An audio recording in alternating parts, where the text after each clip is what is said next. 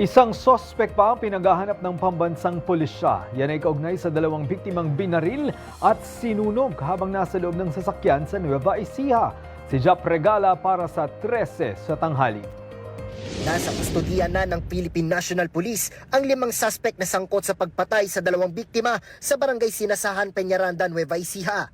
Ayon sa pulisya, 2 sa mga suspect ang nauna ng nasakote at kasalukuyang sumasailalim sa dokumentasyon, habang naaresto naman ang 3 pa sa isinagawang hot pursuit operation.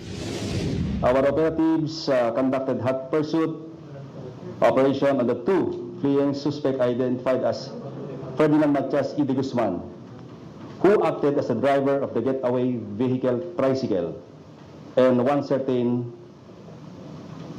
Ernesto Tagle Jr., who acted as the gunman, and the one who set the red Toyota Wigo on fire within the area of Santa Rosa.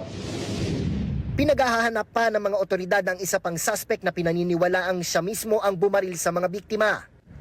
Lumalabas sa investigasyon na higit 2 milyong pisong utang ng umano'y mastermind ang posibleng motibo sa krimen. Ayon pa sa pulisya, dati na rin may mga kasong kinaharap ang nasabing suspect na may kaugnayan sa pagbebenta ng lupa at mga sasakyan gamit ang questionableng mga dokumento. Yung mga kaso na to na nagbebenta siya ng mga lupa with spurious documents and to include mga motor vehicles.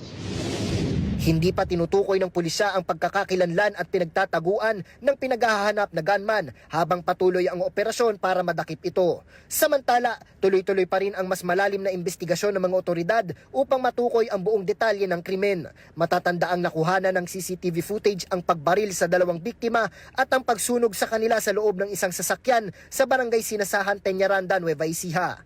Para sa totoong balita sa Bagong Pilipinas, Jap Regala, 13 sa tanghali ng Congress TV.